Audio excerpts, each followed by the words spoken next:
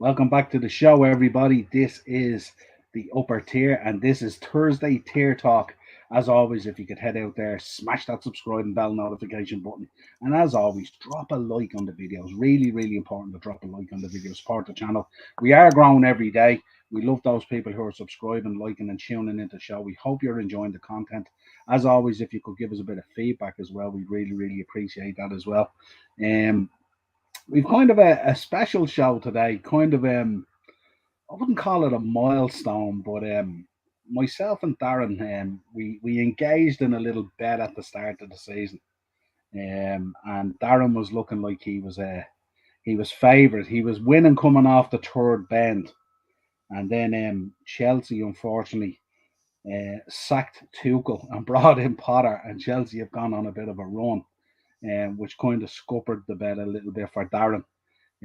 So I'm sure Darren's going to come on. And the forfeit for the bet was we'd have to wear the other person's jersey, basically. So I would have had to have donned the Man United jersey. And Darren had a few good ones picked out all along. And he would have to wear a Liverpool jersey. And I thought no better jersey than the man he constantly gives out about, one Trent Alexander Arnold. So let me introduce you to Darren. Darren, how are we? I'm all right, Niall. How are you? Not too bad. Can't see you there. Do you want to come on screen here, or is Oh, it my too camera's broken, pal. is, is it too sore to come on?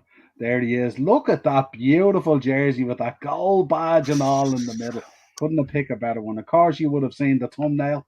Darren was in with me yesterday and work, and we took advantage of. Um, I had suggested that we swap, that we trade jerseys because anything can happen, as you know, in this game. And it nearly did last night, in terms of that Spurs game, and we will get into it and stuff like that. But it was interesting to say the least. Uh, Morris in the comments, is that John Cena? You can't see me. I No, wish it was, Morris. I wish it was.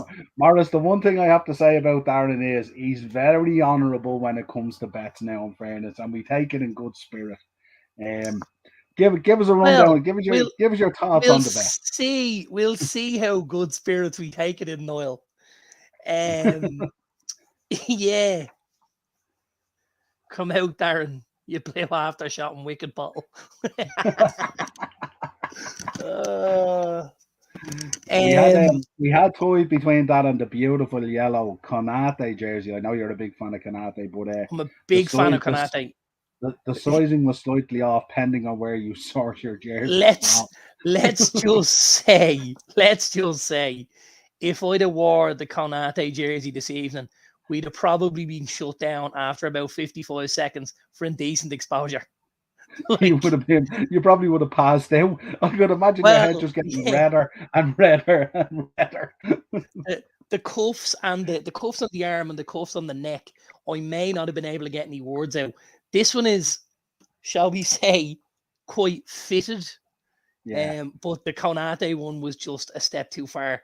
I actually couldn't breathe in that one, so we decided against that one. I didn't want to look like Big Bird either, but Yeah, and there's, I God, get a little bit of a you, little bit of a kickback off the color with my eyes here, Noel. You know? yeah, absolutely. Yeah, nicely color coordinated in that red Yeah, Trent kit, according to Morris. yeah. Yeah, I do have to say for our listeners and viewers and stuff like that, he did try on the Canate jersey yesterday. But if you could imagine Lance Armstrong coming up the Champs Elysees in the Tour de France, this thing was like a second skin on him. Yeah, Um, and let's be honest here as well. Whatever about Lance Armstrong wearing something that looked like a second skin, I am not the kind of guy who needs to be wearing something that looks like a second skin. I am built for comfort, not speed.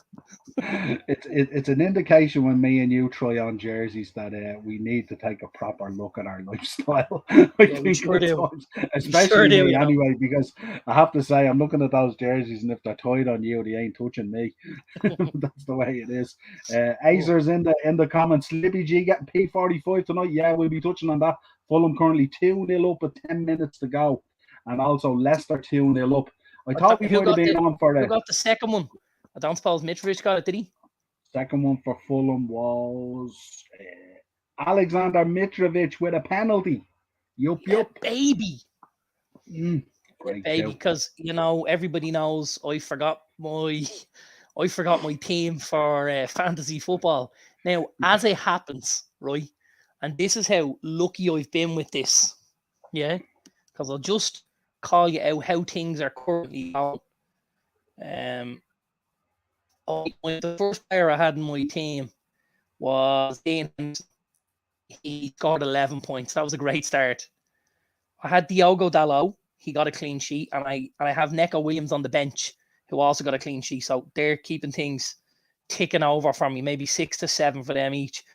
I had Marcus Rashford. He got 3 for his clean sheet. Probably should have had the best part of 20 young Marcus there, because it's 5 for a goal for those midfielders. He should have had quite a few of them last night, other than for Hugo Lloris. I have Mitrovic in there, and I have the boy Ward Prowse. So I'll actually do okay, considering I only had 6 out of the 11 players playing. Yeah. Half a team, I've nearly, yeah. half a team. I'll actually scrape a half decent score, somewhere between 30 and 35, which was kind of the aim. After I realised I had missed the cutoff, I said to you the other night, I said, if I get 30 to 35, it'll be a win, and it looks like I might just scrape that. So that's a win, And I've got two free transfers next week then. Nice. Mr. Trigger Happy himself here is back in again. Ten Hag is bang out of line with his treatment of Ronaldo. Arrogant coach that's done nothing in the game. Ten Hag out. I love it, Morris. I love it. We will be talking about Ronaldo tonight. We Don't sure worry about will. that. Acer's back in again, waiting for Del Boy's reaction 100%. Del Boy, I'm sure, will drop along at some stage, wondering what's going on with that lovely sort of green, aqua green, beautiful jersey. Teal. Teal? I would say it was teal. Let's have a quick rundown. The one thing I will say about this, right? And we don't necessarily want to let the cat out of the bag as to where you procured this jersey, yeah? However, I, for one, couldn't believe the quality of the jersey. Now, obviously, other than the fact it's a Liverpool jersey, but I mean, this didn't come out of, let's call, one of the traditional sports shops. And this is, other than the sizing being a little bit off or a lot off, this is a seriously made jersey. Now, it really, really is. From the cuffs to the printed badges on the sleeves, which have the velvet feel off them, to the stitching around the crest, the print across the front, your FIFA tag, the whole thing. It is phenomenally made. I have to say. How dare you, Acer, suggest that? I was sitting in the cop and Trent threw me that jersey. How dare you accuse me of that? That's why it's so small. It's Trent's original. Yeah. It's brilliant. It's Jan Moldy threw it to me during a Legends game, was it? That's all I'm saying. Would we get away with mentioning where we got it in the comments, or would we not? I don't know whether we should mention it at all, but if anyone wants to know where that jersey was, they could always hit up the Upper Tier Podcast at Gmail. Hit up the Upper Tier Podcast. I tell you, if you don't hit us up for anything ever again, hit us up for this, because I gotta be honest, it's so well made, it's scary. If you told me this was made in the same factory as the Liverpool jersey was made in, I would believe you. That's how well made it is. And I've seen an awful lot of these types of jerseys, shall we say, and they don't always do themselves justice, but this one is unbelievable. Yeah, absolutely. Morris in the comments, he says my mic is off again. I don't know what StreamYard is doing these days. They change settings, all this kind of thing. They're lagging. Back on now. Yeah, they're all over the place. It went echoey for a second. Yeah. Oh, did it? Yeah, it's all good now. Good. Cheers, Morris. It's appreciate all good that. Now. Yeah, Acer. I don't think Acer's was far wrong with the hell one size fits all. It feels like one of those new era baseball caps. You know, the L one size fits all. myself and Darren normally order one size fits all of us. Yeah. Not one size fits all. We get our jerseys from Rent a Tent. But this one's snug like a sleeping bag. Cheers, Morris. Thanks. Morris is kind of like our little sound engineer in the studio. There's me brother-in-law. Do you like me new Liverpool jersey? I can't stand up in it. It's like a belly top. Have Trent on the back of it and all. What do you think of that? My favourite, yeah. He knows. Changing colours, When you changing know. it, swapping governments. Let's quickly run down through the results. Sorry, that's not the results. That's the results. Where am I going? See, I'm off target already. Let's start. Brighton 0, Forest 0. Big point for Forest. Big point for Forest. Brighton still in free fall. Like when you come up against Forest at home, you know, De Zerbi's got to be thinking, here's my chance for a win. And they still didn't get one. I think, and I know people are going to say, oh, really? I think Brighton are in trouble, man. I know they had a great start to the season, but again, they had a start with Graham Potter. The squad hasn't changed. The coaching system has. I'm going to make another call because you know I like making a good call, Noel. Yeah. I reckon De Zerbi doesn't get till the end of March. Okay. Interesting. They were unlucky as well, though. Trossard hit the bar, didn't he? As far as I know, he hit the bar with a chance or something like that. So they were unlucky. But again, you can over the last 3 games, you're seeing a kind of pattern developing. You can absolutely see a pattern, 100%. Yeah. Next up, team that we like, and we do like their jersey very much so. Palace 2, Wolves 1. Do you know what I thought about the other day? This is obviously how my mind works.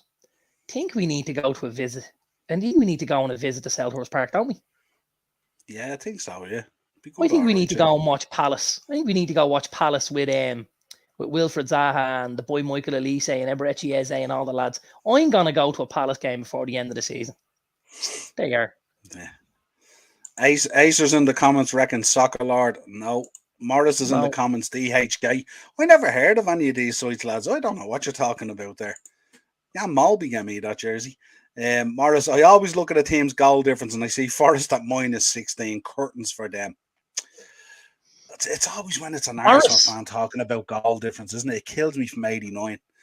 Morris, will you take a bet off me? I'm in the betting humor, Noel. You are. Here's the bet I'll give you, right? Here's the bet I'll give you. Hang on. Can you bring up the Premier League table for me? I could bring it up here now. Yeah, I have it there for you. Right, yeah, I can't bring it up on the screen. I have it here on the phone. Oh, okay, no, sorry. I thought you were going to bring it up on the screen. That's okay. No, hang on. Let me have a look here. I'm going to try and bring it up on the phone. Now, let's have a look. Right, while you're bringing that up, I'll tell Marky's comment. Evening, lads. On the bus, woman behind me asked what I was watching. I said the upper tier. She just turned it on and cream put herself at the back of the bus. Handsome bastards. Marky, you're getting better each week. Honestly, you're getting better each week. It must be that Trent Alexander jersey, I'm telling you. Darren, Morris, he's happy to take the bet. Right, okay. So, Morris, here's the bet I'll give you. I'll take Nottingham Forest on 6 points to finish ahead of Brighton on 15 at the end of the season. So I'm giving you a 9-point head start, right? Wow, this is how big my balls are. I'll give you a 9-point head start on that, right? And a game, because Forest have played 11, yeah? And if Morris, Brighton finish ahead of them, I'll wear the Arsenal jersey. And if Forest come out and finish ahead of Brighton, you have to wear that United jersey and kiss the badge, because I'm making this a bit sweeter for you. Oh, he has to come on the show. He'd have to come on the show as well. Oh, he'd have to, but he's got to give the badge a kiss and everything, because I'm stacking the chips against myself here. So I need a little bit extra out of Morris, yeah? Morris has got to take the bet and he's got to kiss the United badge on screen in front of everybody. You all right for that, Morris? He says done, yeah. The only thing about it is, if it's a Scott McTominay shirt, you might be okay with it anyway. It mightn't feel like he lost, So let's say Acer's in with his done. I lick the badge. Lick the badge if it's Max Sauce, yeah. Yeah. Acer's back in, giving us a bet for the weekend. Bet of the weekend, Mount to score anytime and Chelsea to win. Interesting. They're playing news, aren't they? News incoming from Craven Cottage. This won't shock anybody. It's true. Tyrone Mings has scored no G. It's now 3-0. No way. Imagine if he got the sack tonight. Imagine you got the sack and the last thing you remember is Tyrone Mings scoring an OG. Tyrone Mings Good Lord. got booked in the 60th minute. Leon Bailey got booked in the 57th. Mings got booked in the 60th. Douglas Luiz got a straight red in the 62nd. Mitrovic banged in the penalty in the 68th. And now the 84th.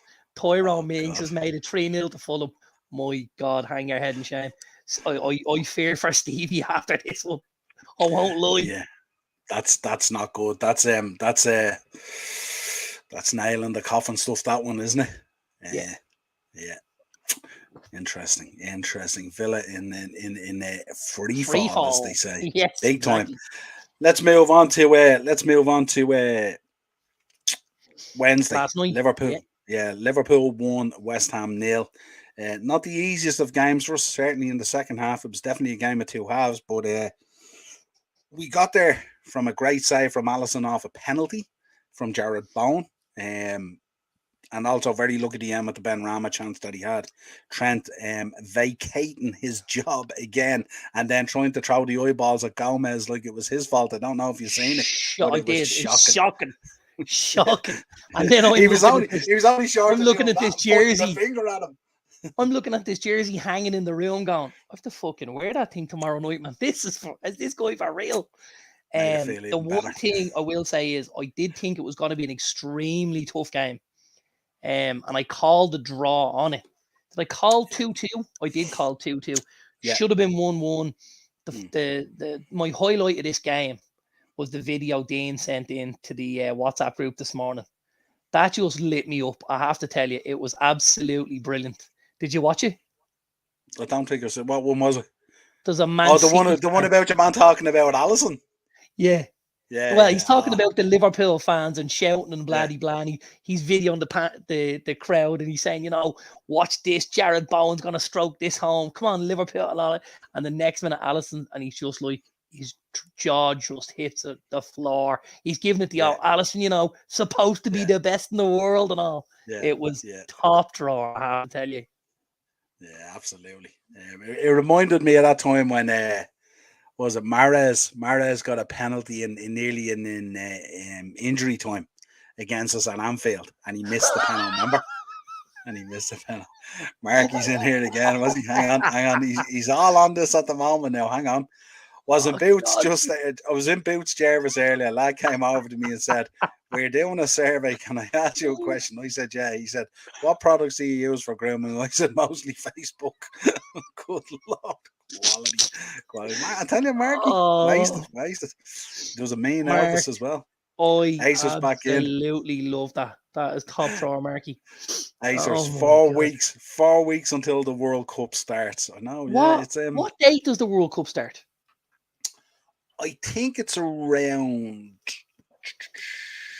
I'm thinking, is it around what did they say that they've 10 days off from when we finish? We finish on, I think, either the 12th or the 13th, isn't it? Right. Is our last Premier League games. So I would imagine, what would you be talking about? A week or two after that? Tell you exactly what we're talking about. It's going to be fairly condensed because we're talking about Sunday, the 20th of November. So exactly the following week. Yeah. The following Sunday after the Prem break.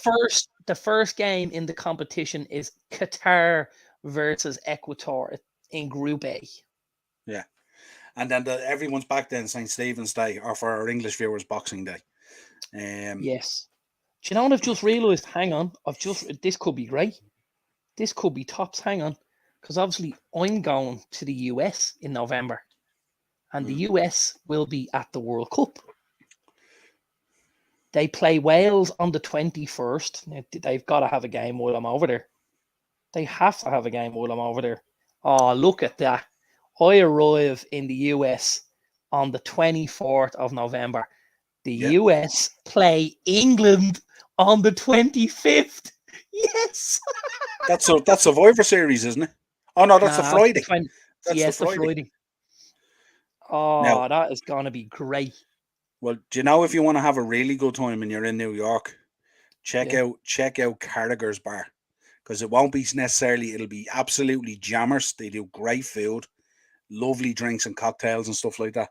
But it'll be full of English fans. Yeah, so I definitely want to go there. So No, definitely that's where you want to go. And what you do is go to Champs or somewhere like that and pick up a nice USA jersey. Just stand at the bar shouting USA, USA, USA. On the bar like Coyote Ugly. On the 29th, which is the day I come back, the US play Iran. Interesting. That's a big game, isn't it? Yeah, Morris said, I hope with the coin zones today. I might get to watch it. Morris with the Adam Johnson update. It's a fun show tonight. Christ. England the 25th. Yeah, absolutely. Interesting. That'll be good. Let's move on then. Manchester United 2, Tottenham 0. A scoreline that absolutely flattered Tottenham. Should we even suggest Hugo Lloris man of the match? He certainly was for Tottenham. I don't know whether he was the best player on the pitch or not, but he was certainly the best Tottenham player on the pitch. Yeah. If I'm being honest, I can't see past Casemiro for last night. He was absolutely awesome. Yeah. Harry Kane did his usual dropping deep into the in front of the back four, and every time he dropped short to take the ball, Casemiro stepped in, took the ball, and went, "Sorry, pal, not tonight. Go get your lockjaw fixed." And he battered him. It was absolutely poetic. I loved it. And he got a massive, massive, massive standing ovation when he came off. I think Ten Hag, now I know he'd been booked at that stage, but I think Ten Hag may have even decided, I'm going to take this guy off because I want him to get the reception that he deserves, which is good management again, you know what I mean? He was superb. I thought actually there's very few players I could look at last night and point a finger and say you weren't where I'd want you to be. Like if I'm pushy about it, thought Sancho could have been better, and I thought Bruno, even though he scored his goal, could have been better. But like as for the rest of them, the boy Anthony, I thought Rashford was excellent, other than, you know, Lloris getting in the way of all his efforts on goal. But like he played very well. His touch was good. He controlled the game. He was going in behind. He was coming short. We varied things. He got a lot of shots on target, which made the keeper work and stuff like that. I thought he was excellent, and I thought the two boys in midfield were very good, Fred and Casemiro. And again, I thought the fullbacks, Dalot and Shaw, were superb. So I was very happy with last night. I have to be honest with you, it's the most happy I've been watching a game of football at Old Trafford in a long, long time. And I include the game against Liverpool. Like I suppose it's a bigger result for us, the game against Liverpool, but the performance last night was far superior than the game against Liverpool. We were very, very good last night. And the only thing that didn't kind of stand up for us was 4 or 5 minimum. Yeah. We'll run down quickly through these anyway. Newcastle 1, Everton 0. Big win for Newcastle. Good result there. Southampton with a good away win against Bournemouth. 1-0, really badly needed. Arsenal Man City was postponed, but Arsenal, after picking up a really good win tonight against a very good PSV side, winning 1-0 with the man, Granit Xhaka, the man of the moment, coming up trumps again. And then probably the shock of the evening was Brentford 0, Chelsea 0. Not a great result at all for Chelsea. But we know in the past they've had trouble with Brentford, as shown last season. We can tell you now, Fulham have beaten. How does a lot of people have difficulties with Brentford? I mean, Brentford put us to the sword there this season and ran you guys very close in a 3-3 draw there last season. So they battered Arsenal there in the opening game last season. So Brentford are no slouches at home at that stadium, in the community stadium at Brentford. Yeah, and we can confirm at the moment, Fulham have ran out 3-0 winners against Aston Villa, so we'll keep you updated if we hear any news in relation to Stevie G. Acers back in. No Neck Graham, where are you? Let's be having you. Come on. What's that about? Graham O'Hyden, the Spurs fan hiding. And we can tell you at 55 minutes, it's Leicester 2, Leeds 0. So that rounds that up. Let's get into the fixtures for the weekend before we get into our bets. And then we need to talk about Ronaldo and Stevie G. So we start off the early kickoff, lunchtime, Forest versus Liverpool. Should be reasonably straightforward for us, but not an easy place to go. They will put up a bit of a fight, but we should have too much for them. What's your thoughts? On on previous visits there, it's a tough place to go to county ground and stuff like that, or the city ground. But I just think Forest are struggling at the minute. Now, I do think they're going to come good, and I think there's a lot of quality there. Like, the boy Neko Williams, the boy Renan Lodi. I think Henderson's decent. I think there's a couple of nice boys in the middle. Then you've got Emmanuel Dennis, Morgan Gibbs White. Nobody's just hitting their straps yet. That's all that's happening. Yeah. They're lacking in confidence. But I absolutely believe Forest can go on a run, and I think it's going to be like buses for Forest. It's going to be one victory, and it's going to set them off, and they're going to start picking up points under Steve Cooper. I was delighted to see he made a change for that Brighton game, and it was actually something we spoke about. Did you see the change he made? No, go on. Well, he moved from a back five. He went 4-3-3, okay. and until then he played 5-3-2 or 5-2-3 with the wing backs going much higher. He didn't. He let them sit in a little more and act as fullbacks, and it obviously gave them a little bit of extra protection, and they had a defensive midfielder in front, which basically left them with a 5-5, and they were much better. They were much, much better. Now, I know Henderson had a good game and stuff like that, but I certainly think they may have laid foundations to go on and do something with that formation. If they can start picking up a couple of goals, Yeah. We'll run down quickly through the others. Obviously, Everton versus Palace. Everton not quite. I didn't give you. I'll go 3-0 Liverpool the weekend.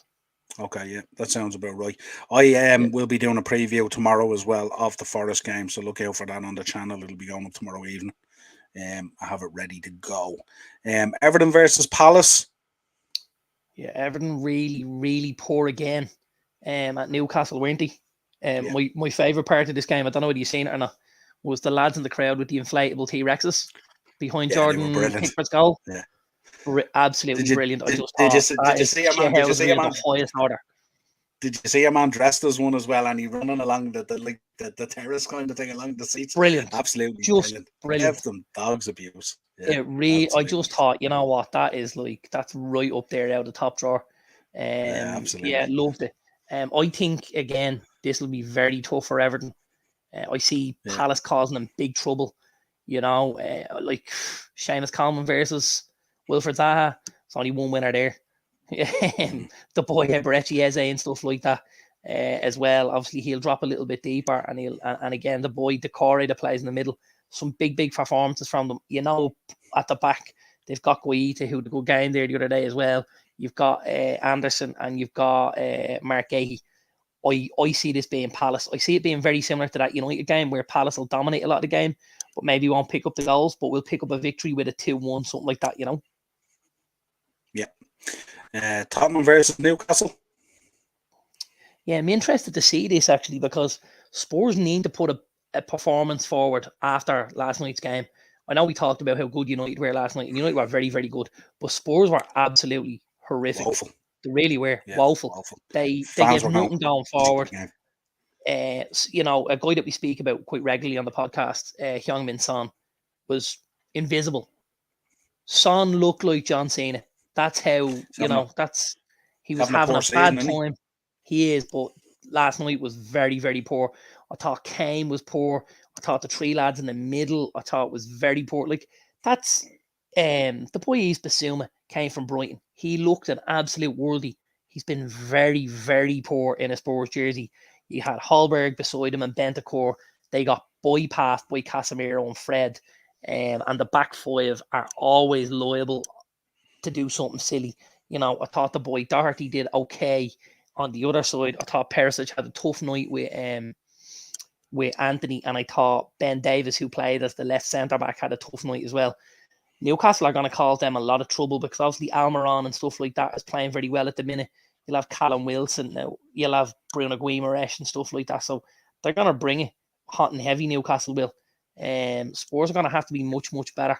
I think I'll go with a score draw there. I think I'll go 1-1. Yeah.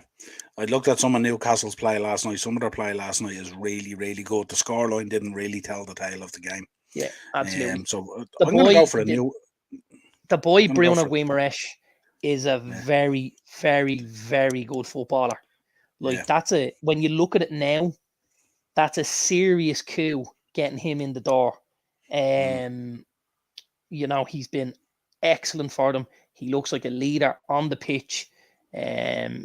And he's a huge player for them. I think if they can keep the likes of him on the pitch, if they can get St. Maximin back, if they can get Alexander Isak back, maybe one or two more in January, Newcastle could push top four. Yeah, when we talk about players that are decision makers while in possession, he's one of those guys. His footballing knowledge is very, very good. I'm with Marky here. I fancy Newcastle on this one. I think Spurs are in a little bit of bother at the moment playing Conte football. I don't think it suits the talent that they have there. They look like they're quite shackled. Ronaldo has put a statement on Instagram according to Acers. I'm just trying to have a look at it now. Yeah, I'm just going in to look at it. And I'll keep it going. The half-5 of the evening game, Chelsea versus Man United. This is going to be an interesting one. This is Potter versus Ten Hag. This is one, Darren, you would describe when you talk about these litmus test games. Yes, absolutely. Do you want me to go with Ronaldo now, or will I hit United Chelsea now? Hit Chelsea United, because what we're going to do is we are going to talk about Ronaldo towards the end, so we'll save it and we'll bring it all into context. Okay, no problem. Sort of I have it here anyway. I have the statement here in my hand. Perfect. So we'll read it out. We'll read it out at the back end. Perfect. I'll pop it over there for a minute. We'll go through it all. Yeah, absolutely. Cheers for that, Acers. Appreciate it. Thanks, Acers. Yeah. Thanks for the heads up. So Chelsea Man U at the Bridge. Evening kickoff. Yeah, I'm looking forward to it, if I'm honest. We've a reasonable record at the Bridge. We probably have as good a record at the Bridge as Chelsea have at Old Trafford. And they've got a reasonable record there, and we have a good record at the Bridge. I'm not looking at this thinking being fearful of this game. Do you know what I mean? Now listen, that doesn't mean we can't lose the game. I'm just not going into it looking at it the way we went into City a couple of weeks ago, or if we were playing somebody who I think was playing very, very well. I think Chelsea have picked up a few results under under Potter, but I don't necessarily think the performances have been that much better. I still think it looks like there's a series of changes in motion. And I think, and something Ian has obviously kept us up to date within the WhatsApp group. Ian, that's Dynamo from Dynamo's Dozen. Chelsea Roar. Last 3 games, like Chelsea's man of the match has been Kepa. So, like, if that's happening, that means Chelsea aren't necessarily hitting their straps. Now, listen, it's happened quite recently that we had, man of the matches were Nick Pope. Nick Pope, the boy for Ammonia Nicosia, and Hugo Lloris 3 games in the bounce. So we may end up getting Kepa for his 4th in a row, and the 4th time a keeper against United has had man of the match. But if that doesn't happen, I fancy us. I think we can go out there. We have a great run of results against the bigger teams in the league. We obviously beat Liverpool, beat Spurs, beat Arsenal. We got turned over at City, but 3 wins out of 4. I mean, if you talk about those 4 games, and someone offers you 9 points out of 12, you take their hand off, right? Yeah, I would thought so. Absolutely. I mean, even if we get a draw at the Bridge, and we've played 5 of those Big 10 games, and we've got 10 points in the suitcase, that's all right out of 11 games. Because think of the other teams you're going to have to play throughout the league. Then the lesser names in the league, the lower teams in the league, that hopefully then we can go and put our best foot forward again and start closing the gap between us and the boys above. Yeah, absolutely. We also have Man City versus Brighton there. I'm going 2-1 United game. 2-1 United. Yeah. Okay. Man City versus Brighton. Normally we would say on this fixture that Brighton, they'll probably give it a good go and they'll cause City a few problems. But the way Brighton are playing at the moment, and I'd imagine there's a backlash coming from City since the Anfield game, Pep will have them fired up for this, and I would expect them to go out and do a number on Brighton. Am I reading that one, Sam? 100%. 100%. I think Brighton are devoid of a lot of confidence at the minute, obviously with Potter leaving the building. And I think City will be a wounded animal after what happened last week at Anfield. And I wouldn't be surprised to see every big gun City have and to see them try and blitz Brighton by half-time 4 or 5-0. Good. Interesting. This could, I'm only saying could, this could get messy, that Brighton one. Now, messy is over 6 for me. It could get messy. Okay, interesting. That's a big show. Interesting. Sunday, Villa versus Brentford. Villa potentially could be managerless going into this. So I I think at this one I'd fancy Brentford. Would you, if this unfolds? Well, there's obviously a couple of ways this can go, but something that I've looked at here, is I was only kind of brought to my attention today because I was watching Sky Sports earlier on this morning, and they spoke a lot about Wolves, obviously, and their search for a manager is continuing, and they were given permission to speak to one Michael Beale, who we spoke about the other night in the podcast. And he's obviously doing a sterling job there at QPR. They're top of the league, top of the championship, playing very well, scoring goals and stuff like that. And then it was brought to my attention that Michael Beale was actually Stevie G's number 2 at Aston Villa. And was highly, highly sought after. He has only been a manager for 15 games in the championship. And already Wolves are looking to take the step to appoint him as their first team manager. Now, that has to be some sort of record, does it? That you go from being number 2 to being number 1 of a different club, not the same club. You haven't stepped upstairs, right? You've stepped upstairs in a completely different building. He's gone to QPR. They are flying in the championship. They're top of the league. And 15 games in, Wolves are coming, cap in hand, to say, will you help get us out of a hole? That's phenomenal. And it also sheds an awful lot of light on what's happening at Aston Villa and what could be going wrong. Did you get the update on that, though? I had it in the news. I didn't. Well, I'll tell you the update now that might even shock you further. He refused. No, well, hang on. I was going to say, because I heard him speak last night after the game, and they said, obviously your name has been mentioned with Wolves and blah, blah, blah. And first of all, QPR gave him permission to speak to Wolves. But I got the idea last night that he wasn't necessarily going to take the Wolves job, that he had said he was trying to create something like QPR. And he spoke to the lads at the start of the season. And there was a lot of lads there who said, we want to go Premier League. And he said to them, well, listen, hang on here with me and we'll go to the Premier League together. And on that basis, if what you're going to tell me is he's turned down the Wolves job because he wants to go with QPR and get the whole bunch promoted, that's phenomenal if he's done that as well. Is that what happened? He refused to take the opportunity to talk to them. He didn't even speak to them, apparently. It's in our news. Wow. It's in our news. It's one of our news points in there. And I only have 4 today, and you know what most of the others are at this stage. Marky, he couldn't beat Blackpool this season. You up the Seasiders. Good man, Marky. I like that. You up the Seasiders. They got fingered last night, though, Marky, didn't they? But by Hull, who don't have a manager. So maybe just pipe down in the corner there with your fucking tangerine jersey on. He mentioned to me that on the way home today when he sent me in his bets for beat the bookie. He had mentioned that they got done, So he got done up like an absolute kipper last night. Because I had them in one of my bets, Mark. I had Blackpool and both to score, and I thought Blackpool would be all right at home against Hull, one of the lesser lights in the league. No manager, Blackpool scoring goals. I thought this is happy days. Nope, didn't happen to me. Leeds versus Fulham. Well, obviously, I'm going to have a little peep in at this game just to see how things are going, because I thought Leeds would have put up a much better fight now here against Leicester. 71 minutes gone, Leeds and Leicester. It's still 2-0 to Leicester. You're saying they got a great point versus Sheffield United on Saturday, but had 3 players suspended last night. They did, because there was a mass brawl on the pitch at the end of the game on Saturday, which I also took note of. What the boy Wes Foderingham was doing is beyond me. That was absolutely mental. Like, that's no excuse. That's no excuse. That's no excuse, Marky. You being a referee. That's no excuse. Yeah. What was Mark? Somebody just help me out here. What was Wes Foderingham doing on Saturday at the end of that game? That was absolutely nuts. Did you see it, Niall? I didn't know. Marky, help us out here. What was he doing there? Or did the red miss?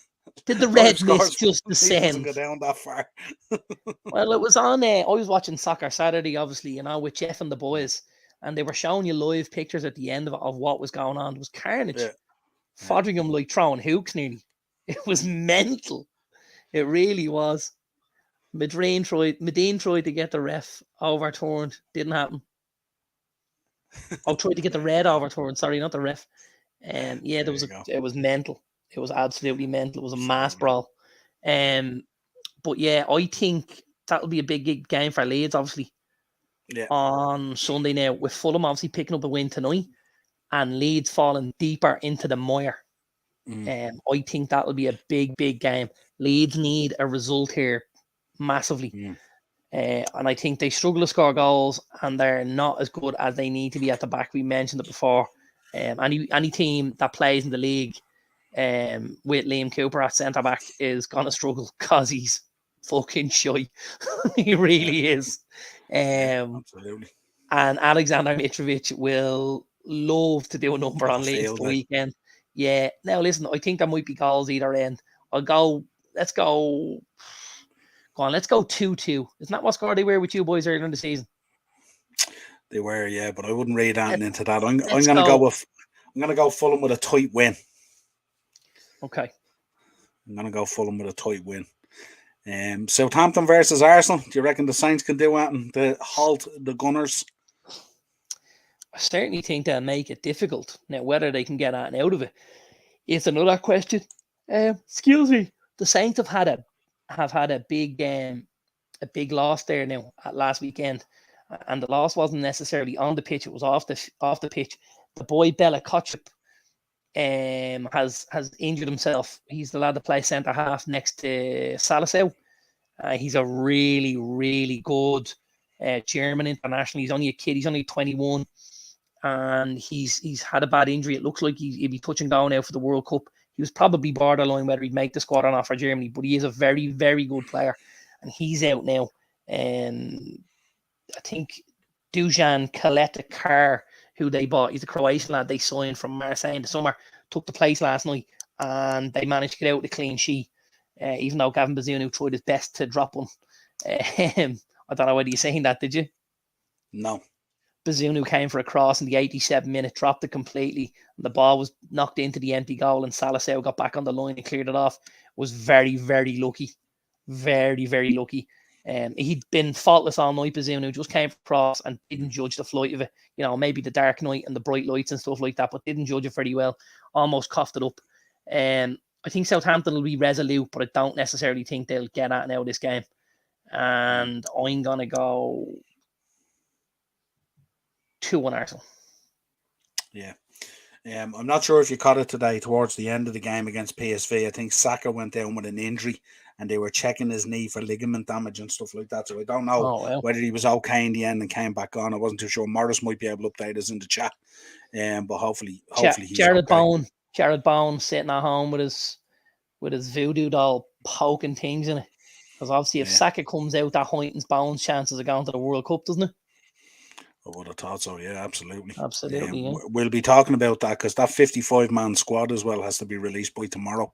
So I'm sure that will 55, to be whittled down. I think to 23 is it or something like that? God, yeah. No, the tournament group is bigger than 23, isn't it? 26, is it? I think it's a 26-man squad. Yeah, 26. But 55. Like, how would you even fill 55 places? Like that's well, not really, because he tends to like to pick about 15 to 20 defenders.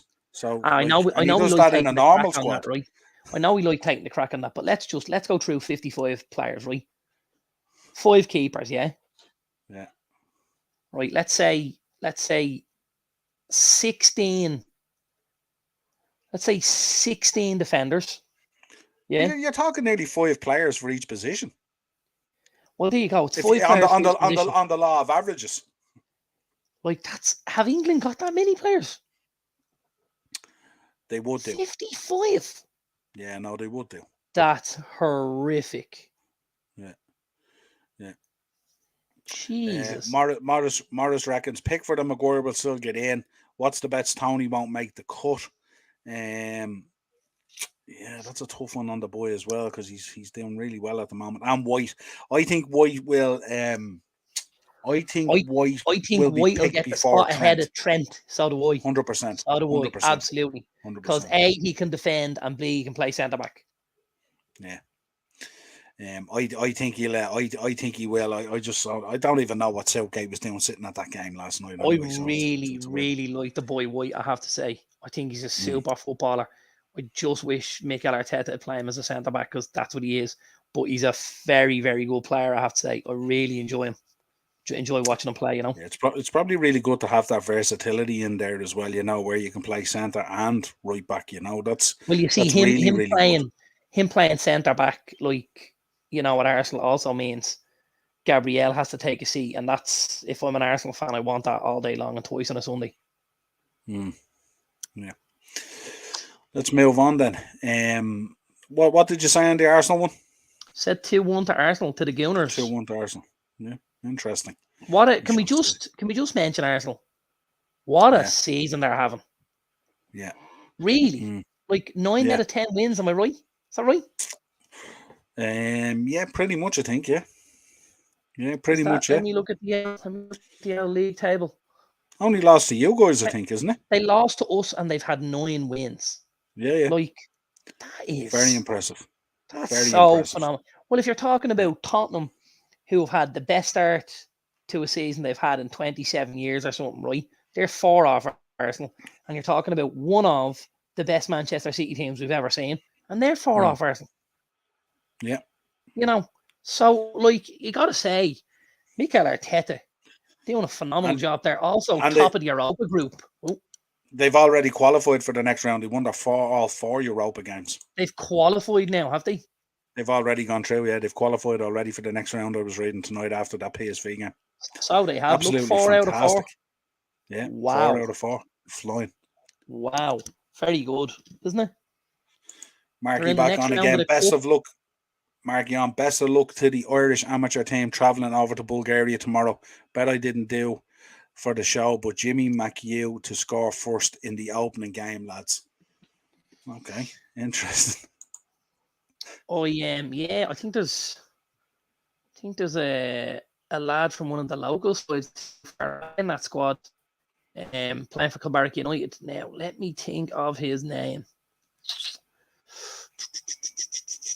Oh God, I will think of it eventually. Yeah.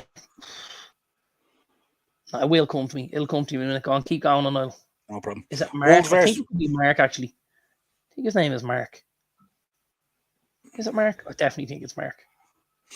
Mark, sure. Will get out for us in the chat anyway.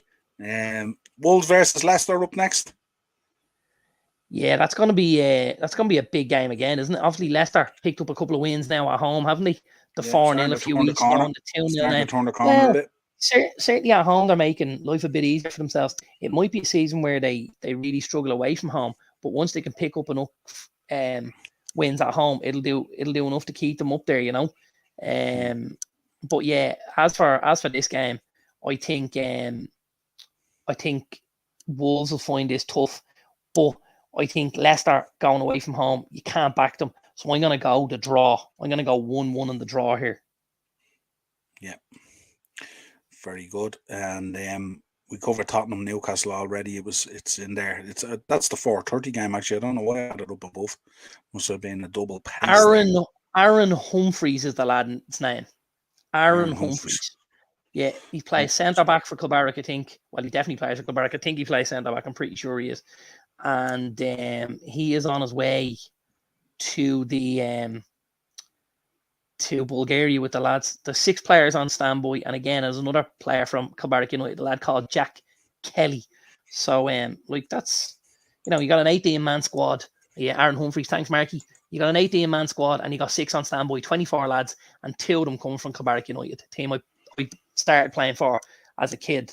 They weren't in that great shakes when I was playing for them in 1991. But they've come an awful long way. They have a serious setup at the top of Newman's Road and stuff. Unbelievable all-weather pitch, floodlights, the whole shooting match. Really, really top facilities, beautiful clubhouse and everything. And they're flying well done to them. Awesome. Monday evening, then we rounded out 8 o'clock. West Ham versus Bournemouth. Mark was saying play centre back, but can play CDM as well. Yeah, that's right. Yeah. I actually think I might have played against him. He's there quite a while at Kilbarrack. I do think he's a local lad. I think I might know his uncles, Peter and stuff like that. But West Ham, Bournemouth, yeah, I only see West Ham here, if I'm honest. I thought they were a little bit unlucky last night not to get something.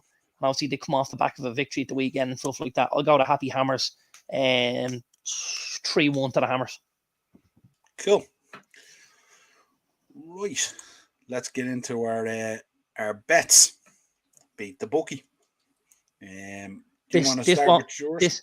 This won't be a good part of the show for me, Niall. Oh, okay. I forgot my homework, teacher.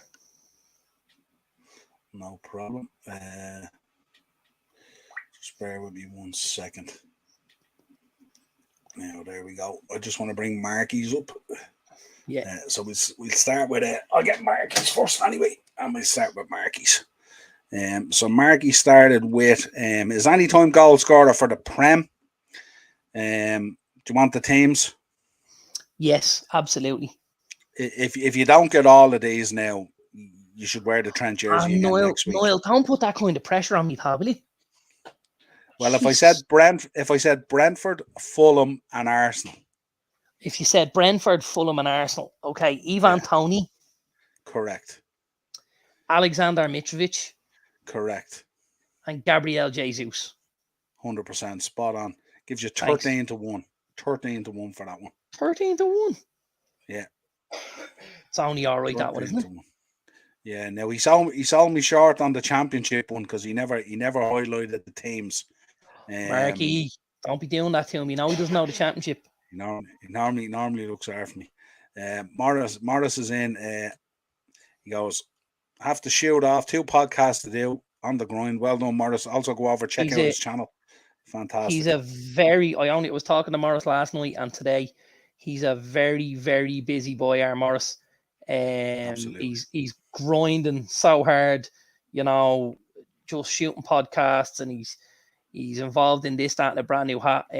Just fair play to him, and if you can go over and give Morris a bit of support on his channel as well, lads, that'd be greatly appreciated. He also helps us out a lot here on the upper tier, so he's a friend of the show, and he's a guy that we're very pleased to have a link with. He does. We're very pleased to have a link with him and stuff like that. So keep the wheels going, Morris. Well done, pal. Super. He also said Jesus hasn't scored that much yet, but working hard. Yeah, I think he's for a guy who's lighting up the Premier League, he's kind of on a level at the moment with Darwin Núñez in terms of stats, but just drop that out there. Marky has given us his teams. He jumped back in, so he's given us Stoke, Rotherham, and Millwall. So we start off with Rotherham versus Hull. Who's he gone for? Rotherham versus Hull. And it's Rotherham is the team. Yeah, no, it's Rotherham. It's Rotherham. Oh, I'll go the obvious, which is Chidozie Ogbene. Correct. And then Stoke versus Coventry, and he's gone for Stoke. Stoke versus Coventry, and he's gone for Stoke. He's gone Dwight Gale. Nope. He's gone Dwight Gale. Who else could he have gone for? Oh, he's gone Dwight Gale. He's gone for. I'll tell you who he's gone for. Marky's gone. Yeah, go Marky's gone for Kevin Campbell's son, Tyrese Campbell. No. This is kind of a long shot. This is 9-2. This is a big price for an any-timer. Right. If I told you he was the brother of Pat. Yeah, Lewis Baker. There you go. Well done. And then the last one is Millwall versus West Brom, and he's gone for Millwall. So he's obviously gone for Tom Bradshaw because he got a hat-trick last night. No, this guy's 11-4 as well. Decent price for an anytime goal scorer. 11-4, and he plays for Millwall. Right. Anytime. Let's see here. I reckon he's gone. Yeah, that's who I reckon he's gone for. I reckon he's gone for Zion Fleming. Correct. Any relation to Curtis? No. Don't think so. And that pays. Sorry, I didn't give you the odds. The odds on that is 59-1 nearly. Bit of value in that, isn't there? Yeah, you got a 15 to 8, just shy of 2 to 1, 9 to 2, and 11 to 4. That's your treble. So that's Marky's. Good man, Mark. He always looks after us, our Marky, doesn't he? Absolutely. Super stuff, super bets. Yeah. And sometimes like hits it, Mark. them out of the park as well. I'll bring mine up so there's no guessing. We can go through them. So that's my ones there. Don't bring them up. I like guessing, Niall. I like have to bring them up. I want to show my lovely graphics. I have to bring them up. Go on. Now, beat the bookie. Here we go. Handicap bet -1. Liverpool, Man City, and Arsenal all to win. All -1. 10 to 1. Not a bad bet at all. All right. What else have you got? Then I did a Liverpool bet builder. Liverpool to win. Both teams to score. No. Over 2.5 goals. And Salah anytime. 4 to 1. It's not a bad bet either. I don't see Forest it's not bad. Getting that nervous. The clean sheet would be key. And then I did both teams to score. Chelsea, Man United, Villa, Brentford, Leeds, Fulham, and Spurs, Newcastle. 6 to 1. Short enough odds this week. Yeah, short enough. I think the handicap bet's the good one at 10 to 1. And then I did an anytime goal scorer. Salah, Aubameyang, Kane, Tony, and Haaland. 26 to 1. Kane, Tony, Haaland, and who? Salah, Aubameyang, Kane, Tony, and Haaland. Jesus, that's a lot, isn't it? 26 to 1. Yeah, 1, 2, 3, 4, 5. Yeah. Now, well, the only one I'd be worried about on that one would be Salah, because I'm not sure if Klopp will. He might decide to rotate because we have a big game against Ajax next week. We need a point out of that to qualify for the next round of the Champions League. So he might decide to rotate. Oh, okay. So yeah, maybe possible. That's the only thing I'd be worried about on it. Do you know what I did now? While you were going through yours, I was actually putting some bets together. So okay, I've just done 2, and actually one of them is not too dissimilar to yours. And I started giggling as you were calling yours out because I went, Jesus, I've gone quite close to that. So it's actually a handicap bet. Okay. And I have Liverpool -2. Okay. City -2. Yeah. And West Ham -1. That'll be good odds. 20 to 1. Yeah, not bad. Yeah. There can be value sometimes in those handicap bets, definitely. Could be a little bit of value there, yeah. And then absolutely. My other bet was, as you know, Niall, it was always going to be result on anyone to score, or result on both to score, wasn't it? Yeah, yeah. Because that is my favourite bet. Result on both to score. I have Crystal Palace away to Everton. Result on both to score, I have Arsenal away at Southampton. Okay. And result on both to score, I have West Ham at home to Bournemouth. Stop pay. 66 to 1. Nice. Wonder what it'd go to if you threw Man U in there as well. Result you fancied Man U to win 2-1, didn't you? I did, but as that's the tougher of the games, I decided I'd leave it out of the bet. Do you know what I mean? Yeah. Interesting. But yeah, there you go. I just threw something together there. No, you know yourself. I just didn't want to. So that's our tips. Like that. That's our tips and picks for the weekend. I think out of all the ones I picked there, probably the handicap bet is the best one. Decent value there, 10 to 1 as well. Fairly realistic and stuff like that. As always, we would say, if you're trying to win those fat stacks of cash, always be careful and gamble responsibly. Do not take any risk with money that is important to you. Or make sure you bet with someone else's money, but that's another day's work anyway. Absolutely. Yeah, someone else's money who doesn't have to pay the mortgage either. Couple of news headlines here that I wanted to run through. Obviously, Cristiano Ronaldo is the huge one. You have the Instagram post there. I do, I'll tell you what we'll do. Let's go through the other ones first, and we'll keep Ronaldo till the end. We'll give Cristiano the final word. Yeah. The one that really came up today for me, the QPR one we spoke about already. I had it in there already. It was interesting. He rejected the chance to speak to Wolves, which is kind of, I suppose we didn't comment on it much, but it's kind of nice to see that bit of commitment there from a manager when you could easily jump and probably for a much better deal as well. So it's great to see it. What word do we talk about when we're not on air? What word do we talk about It's one of the words we Loyalty. use most in our conversation. Loyalty. Loyalty. It's huge. Little bit of loyalty goes a long way. And Yeah, Michael absolutely. Beale has shown, well, I mean, and this is the thing. I think he knows this is huge because he's obviously sat down at the start of the season. He's told these lads, listen, this is what we're going to do. And we're going to do this as a team. And yes, I know these lads want you in the Premier League. And yes, I know they want you in the Premier League. Stick with me. We'll all go to the Premier League. We'll do it together. You'll have the best season you've ever had in a championship. You'll go up. You'll do all of that, right? And like for him to then turn around when he's the one to get the offer to say, I don't go anywhere because I asked you guys to stay and fight with me. So now I'll stay and fight with you. That's fucking top drawer, isn't it? Yeah, absolutely. Yeah, top drawer. That is And the fact that he rejected the chance to even speak to them. Not only he didn't even go to see what the offer was and test the water. He absolutely rejected it out of hand. You know, so it's massive. Yeah. Let's get into then the other one that I had there. Aston Villa linked with Pochettino amid growing pressure. Should Villa replace Gerrard? Now, what's the question? The question I'd ask you first of all is: should Villa replace Gerrard? Has it gone as far as it can go in your mind? I think it's a tough question, if I'm honest. It's not a question I'd like to answer at the minute. Not that I don't answer it. Like, obviously, results are results. Huge for Stevie to be on the receiving end of it again tonight.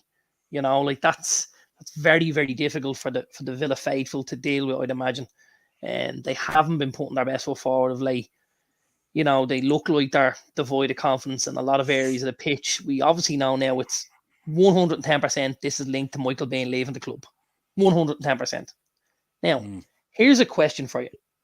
And rather than answer your question, I'm going to give the most political answer I can, right? So I'm going to answer your question with a question. Of all the days to be given a political question, huh? Right? Liz, if you're listening, enjoy tonight, sweetheart. But yeah, here's my question to you. Yeah.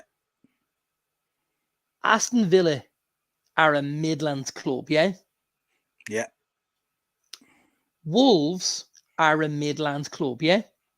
Yeah. Michael Beale is number 2 at Aston Villa under Steven Gerrard.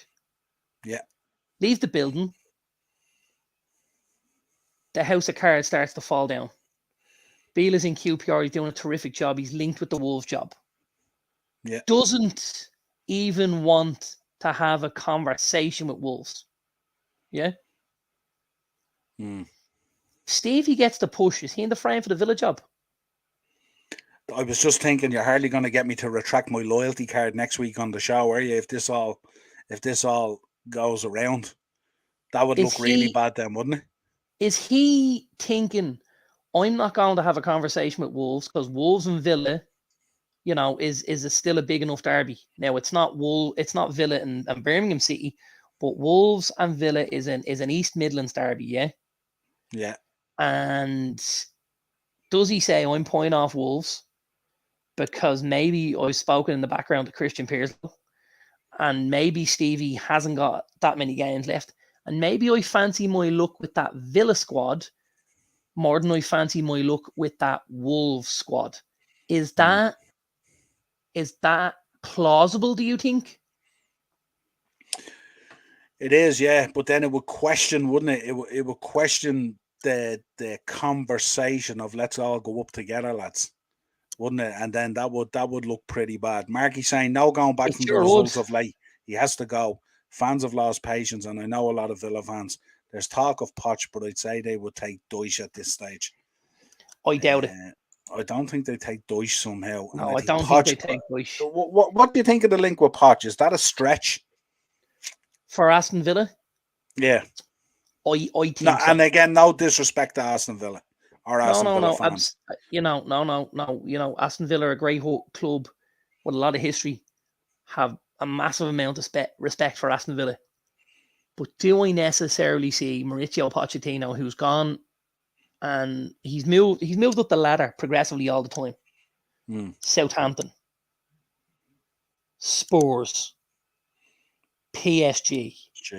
Yeah. Right. So to go in at Villa, he goes and takes a job that's lesser than PSG and is lesser than Spurs and is just above Southampton. Yeah. Yeah. Acers is back in. He reckons Dyche should go for the Wolves job. I don't think Wolves would No, but- have any interest in Sean Dyche because something that's massive at Wolves is the way they play football. It's not necessarily results business with them, and that at times gets them in trouble. You know, and I think Wolves wouldn't look at Sean Dyche if he was the only one left sitting on the shelf. Yeah, no disrespect to Dyche, but I'm not looking at him as being a very good fit for that squad. I think the way he shackles play as well.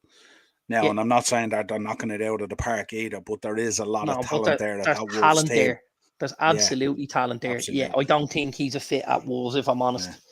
No. But I certainly think now, I know we've talked about the loyalty thing and about we want to go up together and stuff like that. I think if Villa call Michael Beale next week, I think he certainly has the conversation, doesn't he? It'd be interesting to see if he speaks to them, doesn't it? We'll be having a very different conversation on the show then next week. we might. Yeah, you know. Now listen, maybe Stevie doesn't get the chop and turns this around. And if he does, good for him. Maybe Stevie does get the chop and Poch is already waiting in the wings. Again, I think it's a stretch. But maybe there's a deal being done. Maybe he struck a deal here. I heard earlier on, again, I'm trying to think of where my source was, but I heard somebody speak about Brendan Rodgers for the Aston Villa job. And maybe going back, you know, because obviously Leicester's a tough job at the minute with the shackles and the financial restraints that have been put on them. Maybe Rodgers decides, you know what, easier gig down the road. Let's go here. I don't think it'll happen personally. Yeah. But be interesting to see how it all evolves anyway, that's for sure. Sure will, you know. Right. Let's get on to the main event here. Let's talk about Ronaldo. Mark Critchley could take over from Gerrard on a short-term basis. He is there already and plenty of experience. Yeah. Sorry, our friend again, Ian, Dynamo, Chelsea Roar, Dynamo's dozen, has just popped up in the WhatsApp group, and it's Aston Villa fans having enough of Stevie G. They're chanting, "We want Gerrard out." The chants get louder, and now they've even rolled out the classic Slippy G. The Villa fans. That's going to be difficult to turn around after that. Yeah, it is. And you know something, it's an interesting thing as well, an interesting dynamic, because on a number of stations this week and last week, there's been a lot of commentary over the fact of how poor the players have been. But the problem is players don't get sacked, managers do. This is it, and that's the difficult part of it, you know. Yeah, absolutely. Sure is. Right. But yeah, we'll see. We'll keep an eye on it. No doubt it'll be all updated and in place by next week. Maybe not the Wolves manager, but we'll see what happens. It'd be interesting, wouldn't it, if Wolves went all the way to the World Cup break without a manager? That'd be crazy, wouldn't it? Yeah, it would be crazy. Absolutely. I can't disagree with you. It would be crazy. However, I don't think it's impossible to have. You know, I think the important thing for Wolves is the right fit rather than just any fit. Yeah. You know, and I think that's important for them and stuff like that. Yeah. And yeah, it could happen. They could go as far as the World Cup because maybe they're deciding, you know what, we could rush this decision, make the wrong decision and be in just as much difficulty in January or February. Whereas we take our time, we know whoever we bring in has this large period to come in, have a look at the club. Like, it's like a summer break. Why would you jump ship now? And why would you say, right, we're going to take Davis out there and we're going to put, if Davis can tick over with a couple of draws, a win here and there, keep them from getting cut adrift at the bottom. Yeah. When someone else comes in with what they have, you know? Yeah, you could also have a situation where they might have more options after the World Cup, where a few international managers might be cut adrift. Who knows? Exactly. So we'll see. Yeah, it's a good time to hold your fire for the moment, as they say. Right, let's talk Ronaldo. We've got to get it out here, don't we? This is the big news today. Will I read the statement? You read his statement, yeah, the Instagram one. Okay, so the statement reads, this from his official Instagram account. As I've always done throughout my career, I try to live and play respectfully towards my colleagues, my adversaries, and my coaches. That hasn't changed. I haven't changed. I'm the same person, the same professional that I've been for the last 20 years playing elite football. And respect has always played a very important role in my decision-making process. I started very young. The older and most experienced players' examples were always very important to me. Therefore, later on, I've always tried to set an example myself for the youngsters that grew in all the teams that I've represented. Unfortunately, that's not always possible, and sometimes the heat of the moment gets the best of us. Right now, I just feel that I have to keep working hard in Carrington, support my teammates, and be ready for everything and anything, any given game. Giving in to the pressure is not an option. It never was. This is Manchester United, and United we stand. Soon we'll be together again. Interesting. Now, I'll tell you the only part I'm going to take from that whole thing, yeah? I've read all of that, yeah? Yeah. Here's the only part for me that's important. And after I tell you what it is, I'll tell you why it's important. Okay. Unfortunately, that's not always possible. And sometimes the heat of the moment gets the better of us. That's Ronaldo doing something that he hasn't necessarily done before. And that's Ronaldo holding his hand up for a mistake he's made. In my eyes, he said, I try to do things a certain way. It doesn't always happen. That's him putting his hand up for last night and saying, I shouldn't have done what I done, be it when he was apparently asked to go on as a sub or walking down the tunnel, whichever part of it, or all of it. Maybe it's the whole situation. But he's holding his hand up. He's taking the slap on the hand and he's going to try and go back and work harder until January, because we all know when January hits, he is out the door like shit off a shovel. It's an interesting conundrum, isn't it? Really, because it's there's so many factors in this situation, isn't it? The one thing I have to say that I admired today was Ten Hag and his handling of the whole situation. I thought it was really, really good. He's not a manager to be trifled with. Big up, Dave. How you doing tonight? All right. How are you? Dave's LFC chat's good to join us, Dave. Dave, check out his channel as well. He's doing brilliant stuff over there on the Liverpool side of things. You had a great show with Del Boy there a few weeks ago for the Arsenal Liverpool game. It was really, really good. The banter was quality. So top notch. Thanks for coming in, Dave. Just to let you know, I'm actually not a Liverpool fan. I just lost a shitty bet and had to wear this shitty jersey. Now, yeah, if you're on the end of that, Dave, and you didn't hear the start, he lost a bet and he had to wear the Trent jersey because he's such a big Trent fan. Just put it out there. But yeah, how's your Thursday? Great, thanks, and yourself.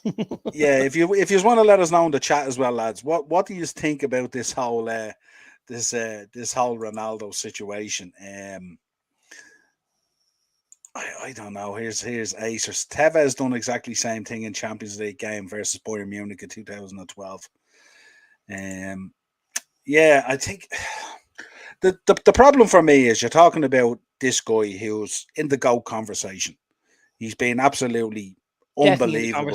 Yep. Between himself and Messi, they've both been unbelievable, and it's been a privilege to be alive in that 100%. period of both those guys who have provided us with unbelievable moments, broke our hearts a number of times, but gave us some unbelievable footballing moments. And don't forget, if either one of these lads isn't around, the other guy is the absolute mecca of football. Do you know what I would say? Yeah, do you know what I would say as well? If one of them wasn't around, the other one may not have reached the heights that he reached because they inspired each other on as well. You know? Yeah, absolutely. And I think that's why there's a level of respect there. But also, if one of them isn't around, the other lad's still the best of all time, the greatest. Absolutely. We have a vote then. Do you know what I reckon? I reckon if one of them wasn't around and they didn't have like a dance partner, like what we like in pro wrestling matches and stuff like that, Yeah. I reckon the other player would be at least 20% less successful or at that level that he was if he didn't have that other guy inspiring him on. Possibly, but don't forget, even 20% less, they're still 50% better than everybody else. Oh, 100%. Like, I mean, I don't mean they'd be dropping back down to the level that we regard everything else. Good show from Dave. They should never have resigned him. Yeah, Darren, you were on that bandwagon very, very quickly, weren't you, when he was coming back and stuff like that? You didn't want really any part of this, and you predicted that this was going to end pretty bad, that it wasn't a good move. There was a lot of fanfare when he came back in, and some of it was generated by the fact that, like, everyone thought he was going to head off the city, and Fergie made the call, and all this kind of stuff and all palaver that went on, and then the prodigal son returning home and stuff like that. And you were kind of off the point that, like, I mean, even when he went to Juve, it was a tough time at Juve as well, and you could see that it was starting to, you know, digress, if you like, you know what I mean. And it's nobody ever got better as they got older, other than Linford Christie, and he was juicing. So, you know, it's like, to be honest with you, and again, we spoke about this, but like, when you talk about Ronaldo, there's been a steady decline. Madrid saw the drop off and saw that maybe the stuff that goes on behind the scenes that people don't see all of a sudden wasn't worth it because the drop off has started to happen. Juve maybe don't know what's going on behind the scenes, don't see him as a big issue, and decided, but it's Serie A, the league is slower. This guy is going to absolutely massacre teams, right? They took him in. Again, slow decline. Right? Yeah. Slow decline. Juve then have issues with him off the pitch as well and stuff like that. And again, same thing. Juve go, you know what? We've dropped out here. We've dropped down out of the pecking order. For us to get back up, we need to start playing with 11 men again. Yes, he scores your goals. Yeah. Yes, he can finish. But when he's on the pitch, unless he is directly affecting play, you're playing with 10 men. So Juve said, let's get him out of the building. His money doesn't warrant, you know, his input at the minute. Fast forward and you get United versus City looking at each other, staring at each other in the mirror, going, I'm going to pull the trigger. You know, City think the job is done. United are thinking, no, we're going to get in here. We're going to pull the trigger first. It comes to it, and it almost looks like Ronaldo's on his way to City. United come in somehow and get the deal done. Probably go over the top with what they offered and stuff like that, and in terms of wages and stuff like that. And Ronaldo ends up back where sort of it all began from. Obviously, Sporting Lisbon is where he started, but where he started to make a big name for himself was back at United.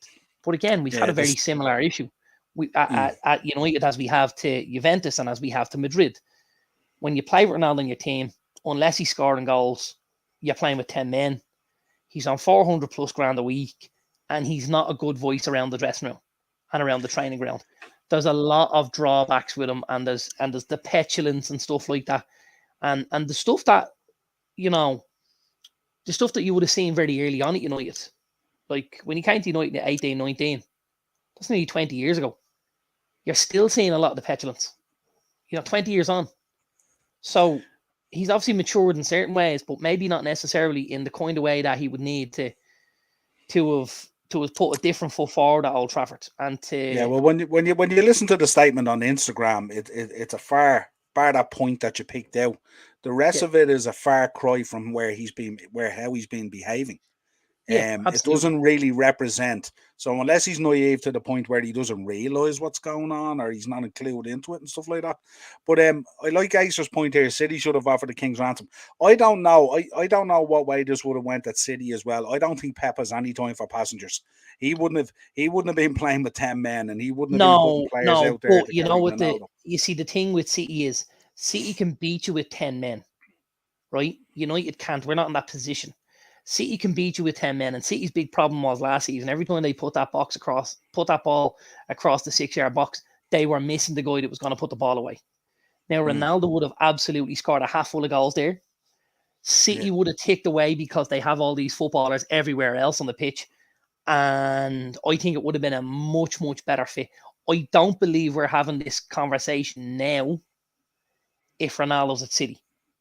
I think Guardiola handles it differently. I think even now when he goes and he signs Haaland, I think Ronaldo's looking, going, Jesus, this kid comes in, he has this start, but I think he probably plays the Julian Alvarez role, which is the bit part he comes on, but he plays more. Like, the big slap in the face for Ronaldo is, last night we're 2-0 up. You know, there's chances going and begging. This could be 4 or 5. And he looks at the bench and Anthony Elanga gets the step. That killed him. That's the shot. You know, that's the straw that broke the camel's back, so to speak, last night. When Anthony Elanga got to stand up. And by the way, and I have to tell you, first of all, I don't think Elanga's gotten enough game time so far this season under Ten Hag. And I absolutely believe he was the right man to bring on last night in that instance. You know, because obviously the wide players were the ones that were that maybe didn't put the best foot forward last night for United. And Rashford, who was having a very good game, Ten Hag probably went, you know what, if I leave this kid on, he might get the goal that his all-round play is deserved, and I can bring the younger lads on a bit wider and maybe get them some minutes and let them create something. And Elanga was very unlucky at the end. His first touch wasn't good as the ball dropped down, but he would have been in on goal for an effort. So, you know, I fully agree with what Ten Hag did. I don't, however, agree with what Ronaldo did. So, you know. Yeah. I suppose the conundrum there is it's different as well. If he goes to City, and even if he's sitting on the bench, and like Haaland is there, and Mahrez and Kevin De Bruyne and all these players, it's a bit more palatable than if you're looking there and you're sitting on the bench and Elanga's getting the shove before you. And I'm not saying he shouldn't. I'm not disagreeing with Ten Hag's choice. Not at all. But I'm just saying, in terms of having to swallow it and accept it, is very, very difficult. And I'm sure even the Europa League, I'm sure that's difficult for him as well. He's been playing in it and stuff like that. You know what I mean? So I think it's a tough one for him to swallow. And I somewhat can't accept what he did last night, but I can kind of understand it really in terms of the kicking and stuff like that. Marky's back in the comments. He says Ronaldo released a new statement there and apologized for his haircut in the 2002 World Cup. Oh shit, my bad, wrong Ronaldo. Warren's here. Warren's Team Talk. Check out Warren's Team Talk. We're going to be doing an Irish show soon. Myself and Warren and Del Boy and Kyle Gunnar Walsh. We're going to have a bit of crack on that. Hi, lads. I hope you're well. I'm sorry you missed the start. Not a bother, Warren. Good to see you there. If you want to check out a real good show, Warren does a show at 2 o'clock on a Saturday, I think it is. And he goes through all the matches and stuff like that. And all. It's great crack and great banter on it. Great lad, Warren. Good to see you there. Stu was in the comments. Gerrard lost cups games to Hibs, Aberdeen, St Mirren and St Johnstone in Scotland. Only won a title against a useless Lennon. Splashes out on it. He got left back in Digne and his forwards have no balance. Yeah, it's we you know something, there is a bit of balance in the squad, but myself and Darren have highlighted before, it's the way sometimes in which he sets them up, Darren, isn't it, that creates the imbalance. And some of that is related to players' availability, but when he has all his players available. Yeah, but there's no yin to yang. Like, he's got the boy Leon Bailey on one side, right? Who you would describe as an out-and-out winger or a wide forward, right? So in order for that to work, you need somebody on the other side. He doesn't have that on the other side. He doesn't have another one. He tends to play Coutinho there, right? Coutinho's not an out-and-out winger. He's going to keep drifting inside into the 10, which means all the football has to come down one side, or you have to get a left back in Luca Digne, who is injured more than he plays, but is very, very high up the pitch. So he gets high up the pitch, the space in behind, the left side of centre back is Tyrone Mings. He can't handle it. So between having your left back that high and the space you're leaving on that side, and then not having a forward on that left side that can kind of go and really play up against someone and stop them going forward by how they do things. You know what I mean? There's an awful lot of imbalance there. You've got the boy Douglas Luiz. He tends to play in the defensive midfield role. He's a good footballer. You got McGinn and you got Ramsey. What you don't have is you don't have enough width. You have the boy Bailey. He's the only real genuine width they have. Anything else come from Coutinho or Ollie Watkins playing wide on the left, which means he isn't then down the middle because Danny Ings is taking a spot. And there's no balance there. They need somebody to play on the left-hand side really, really badly. And if Bailey plays there, they're missing someone on the right. So it's a vicious circle. Yeah, and I think the point you made Monday night, which was a really, really good point as well, and this is not to justify Gerrard keeping his job around like that, but his two marquee signings both got injured pretty quickly. To an Absolutely. ACL and a cruciate as well, So when you're bringing in players to try and fix, if you look at the problems he's had there with Mings and stuff like that, coughing up goals and stuff like that, and he had brought in a guy to replace him who he lost within it. Did he lose him within a week, or was it in pre-season, or what was? I'm not too sure. Carlos, but he lost him. was Yeah, he lost him pretty game. quick. Yeah. So like when you lose players like that, it's very hard to legislate for that as well. If you're going into a season with a plan, and 2/3 of your heart is ripped out, really. And we know as well that obviously the boy Bailey as well, he's not built out of the strongest foundation either as well. At times he's not. He's made a Weetabix, isn't he?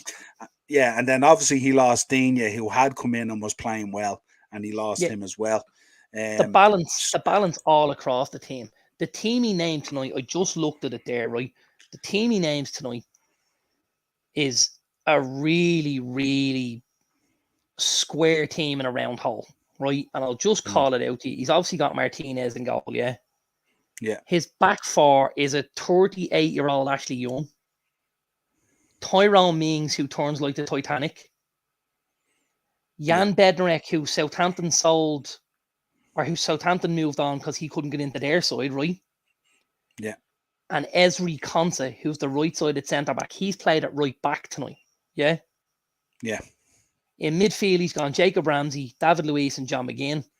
And up front, he's gone Bailey on the right and Ollie Watkins out wide on the left, which we know he's not a left winger, right? No. To shoehorn Danny Ings into the team. Now, the substitutions he made, he took off Bednarek and he moved Konsa back inside, yeah? And he put Matty Cash at right back. Matty Cash should be starting again if he's fit. He takes off Leon Bailey and he pushes Emiliano Buendia in. Again, you're then going with a 10 and 2 9s up front, which is Watkins and Ings, because Buendia is playing in behind. You're basically playing with a diamond in midfield, with Luis as your central midfield, or your defensive midfielder, Buendia as your attacking midfielder, and McGinn and Ramsey as 2 more central midfielders that add width, right? He's taken Ings out then. He's put on then Donker, who shores it up a little bit, and Cameron Archer to replace Ramsey, who's like for like. Like, even the substitutions aren't good. He leaves marvelous Nakambi, right, who's been very good from at times on the bench. He leaves Philippe Coutinho on the bench, doesn't bring him on. And the big one for me is he leaves Callum Chambers on the bench and doesn't play him. Now, Chambers at time has been excellent for Aston Villa. Yeah, he started out well after the move, didn't he? He started very well. How you don't play Chambers in there ahead of either Mings or at right back, because he played right back a number of times for Arsenal, play him as the right back if you're not playing Cash, and play Konsa back inside. It's overdoing it. Like, you got to put the same team out there and let them build something. He knows he's got players. He's overthinking a lot of it. And it's going to be someone come in and presses the reset button and goes, oh, look, right back, play right back.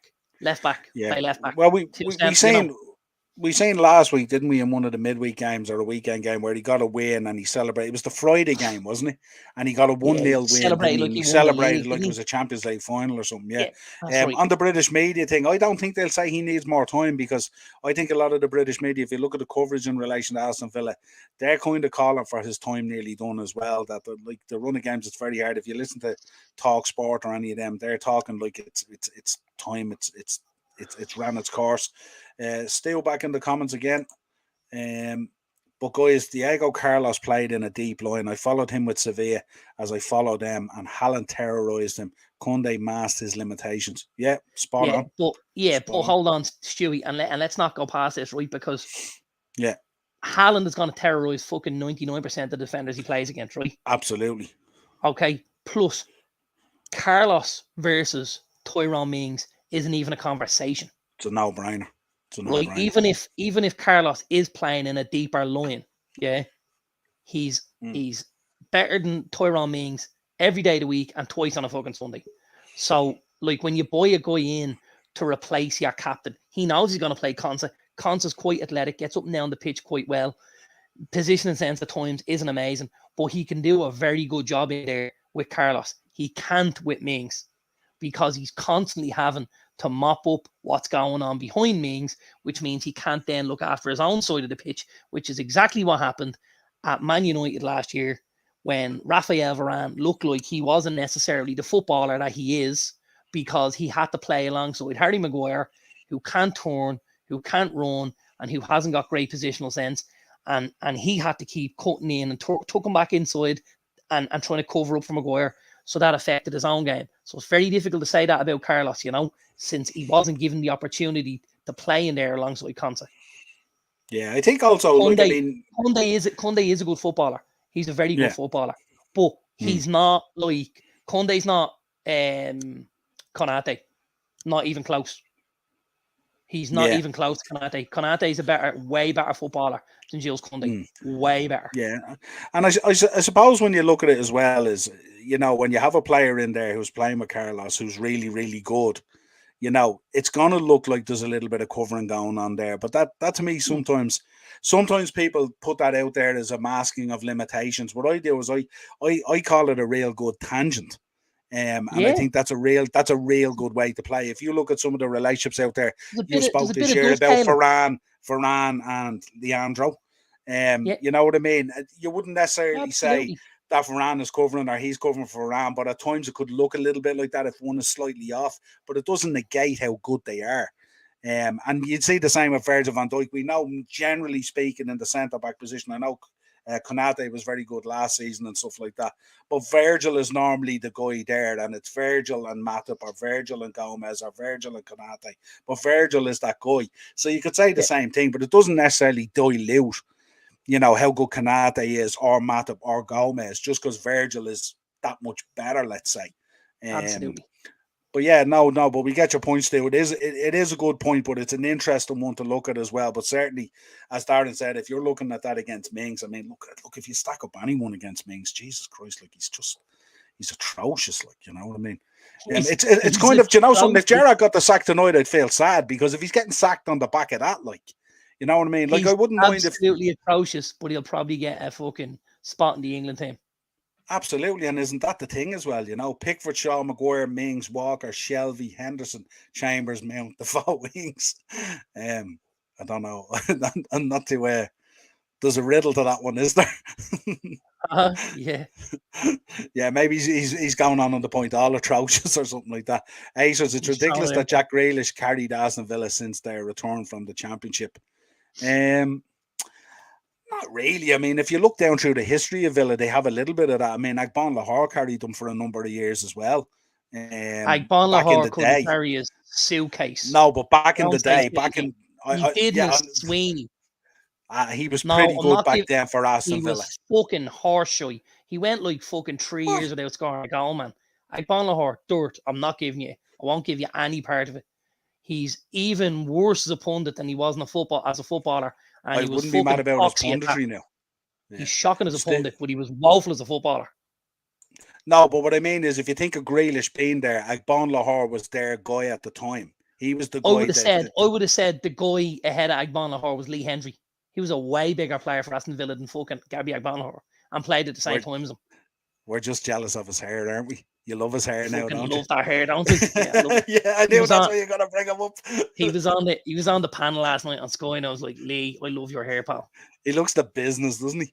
He looks the business. Still back in. Varane and Martinez have better game sense, though Carlos was very rash. If you want a true comparative, he's like Gabriel. He's not as bad as Gabriel.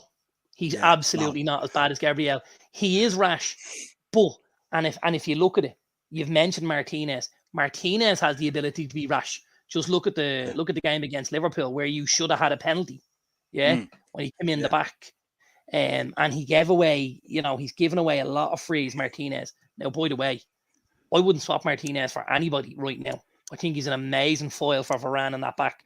But he's South American. Look at we had Marcus Rojo at United. Good defender, right?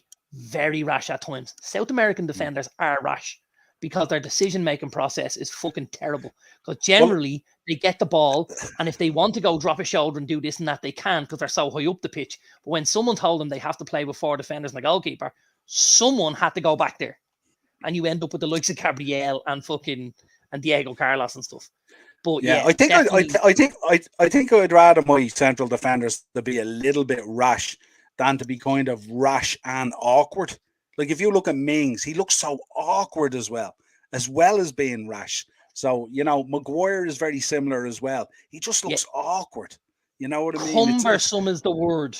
Yeah, like it's not like he's going in rash and he's upending a guy. He's going in and he's nearly like dislocating both knees, and he just looks so awkward in the way that he does it as well. Not like an old school central defender, an old English central. There's nothing silky about them. Now I would say, like, is Diego Carlos, in the top 10 centre backs in the league? Probably not. Is he a massive upgrade on Tyrone Mings? Massive, absolutely massive. And if you're Aston Villa and you're shipping goals week to week, and what happened at Villa was very similar to what happened at United.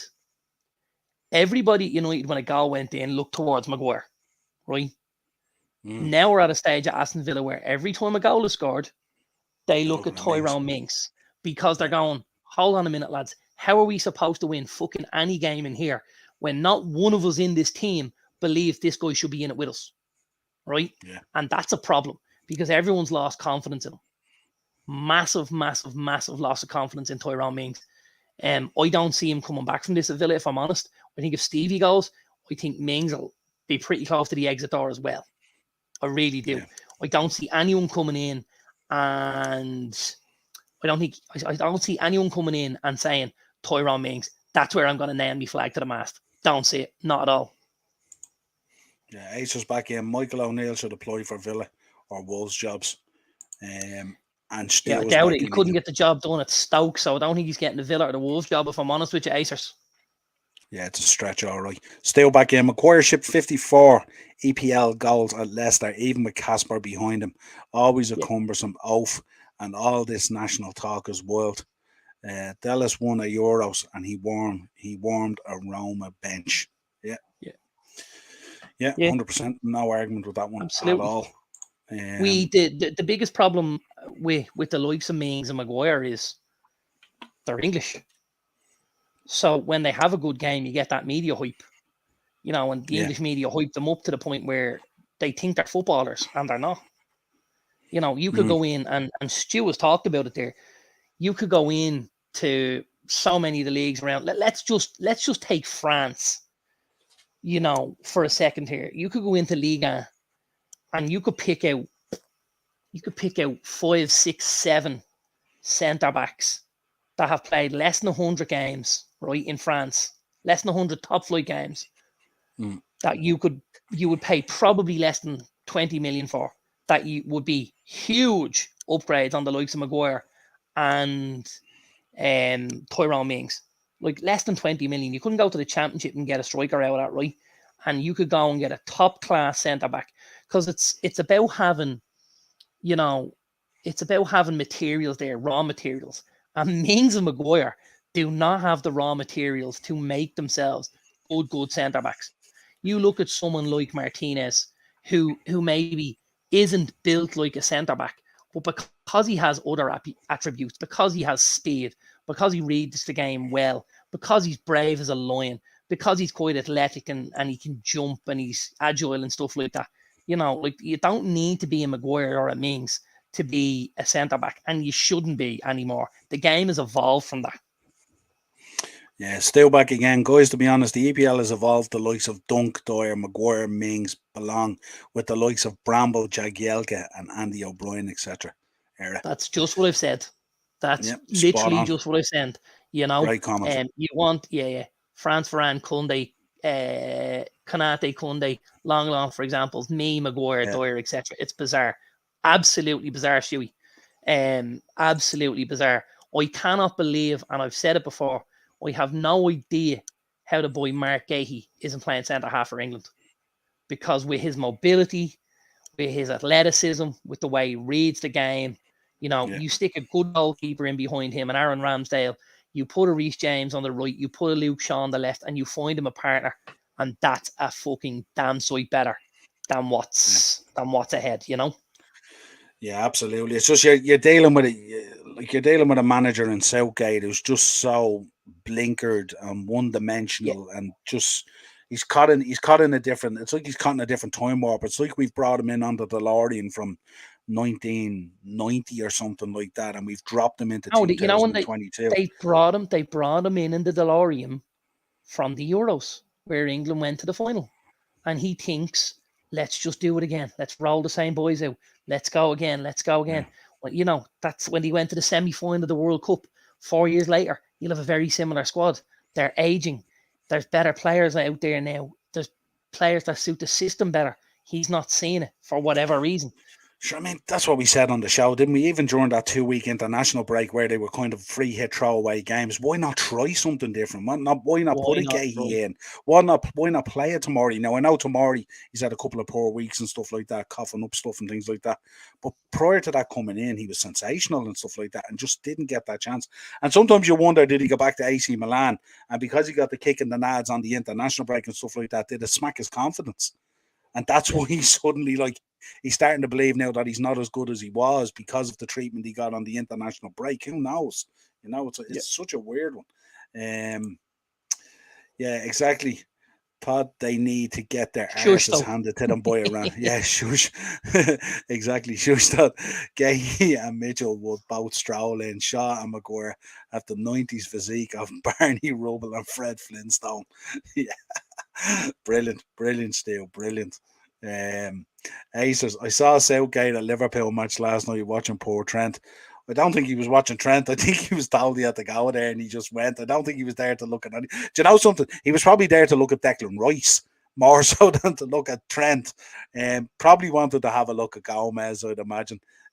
But I'd say he was there to look at Rice and Bone more than he was looking at Should Trent. have been anyway. And that's me, and I'm a Liverpool fan here, you know what I mean? Yeah. I'm calling it. Rice screening those pairs is beautiful. That's why Hungary had much joy cycling passes and interchanging round those three. Pillix is blissful. Yeah, absolutely. Yeah. It's just starting to get my mouth watering now. I'm looking forward to this World Cup now. Do you know that? These guys might even get out of the group. They'll get out of the group, all right. They'll still do okay, because they have got some players in some positions, but they're not making life easy for themselves. Now, I happen to think, you're going in, if they go in with the midfield too of Rice and Bellingham, they've probably got the best centre midfield in the fucking competition, haven't they? In Rice and Bellingham, I think it's close. I have to be honest. Yeah. I just think that's outrageous. And we know they've got other stuff going on around them. The Sakas, the Grealish, the Fodens, the Sterlings, possibly the Rashfords, the Harry Kanes, Ivan Tonys, all of it. There's lots of good footballers in there. There really is. The centre back position is the big elephant in the room where England is concerned. And until it gets sorted, I don't see England being able to go on and kick on the way that potential. That the media think they can. I just don't see it happening. Yeah. Well, listen, another great show. Hang on, are we done? Pleasure.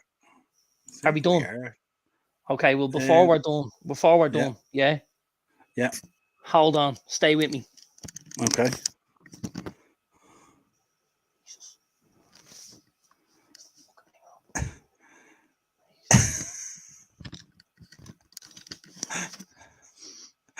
We good? Looking well.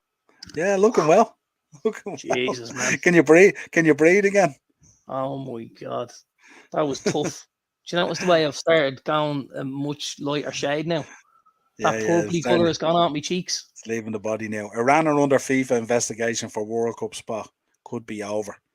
I don't know. I think if they were to make that decision, look, we've enough problems with wars at the moment with Russia and stuff like that. But another great show. Still, and all the guys thought the Iran top was getting deployed. He thought you were popping on an Iran top for the Trent top. Oh man! I already said earlier in the show, Stu, we should go and get a USA top and head over to Carragher's in New York when he's over there for the USA game versus England. Be good crack, I'd say. He caused murder. Get Tom Brady on the back of it or something like that for the crack. Let's not forget to tell the lads. Oh, hang on. Can you read it? He's not gone, is he? He's gone. He's gone. Aston Villa sacked Steven Gerrard. Breaking news on Sky Sports. He's gone. They've just sacked him. I'll go on to the app now. Yeah, he's gone. He's gone. Steven He is Gerrard gone. sacked as Aston Villa manager. So that'll be interesting now. Wow. Now there we go. Now we'll see what Michael Beale is saying. Is Bale already in the Uber? Is he already in the Uber? Had he one leg in it? Let's see. This will be interesting anyway. He might have, you know. Yeah, he absolutely. might have. That is top drawer, I have to say. Well, listen. Big thank you to everyone in the comments, Steel, Acers, all the boys in there, Morris, Mark, everyone who jumped in and stuff like that. Really appreciate you coming on.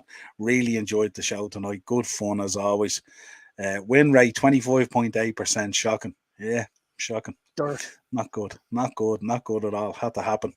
If you want to contact the show, it's the Upper Tier Podcast at gmail.com. You'll find us. We're on Facebook, Instagram, TikTok, and Twitter. Not too hard to find us. We will be back Monday with the Monday mashup. Too hard to find us. There's a bloke sitting naked on the screen. Yeah. And if you're looking for Darren's about to jump over now to his OnlyFans. If you're looking for Darren, it won't be as cheap as our show. And you will have to hit the subscribe and bell notification button. Get the wet floor signs out, pal. I'm on the way. Absolutely. But if you can, of course, hit a like on the video on the way out as well and drop a subscribe if you haven't subscribed to the channel. We appreciate your support. Hope you're enjoying the shows. I'll be back tomorrow night with a Nottingham Forest preview for my sins. And of course, I'll be back tomorrow night with a t-shirt. Yeah, Darren will be back tomorrow night, probably wearing some more clothes. But until next time, lads, an absolute pleasure. Get tennis rackets out. Get the tennis rackets out. Get the tennis rackets out. Interesting, absolutely. 100%. Cheers, lads. Cheers.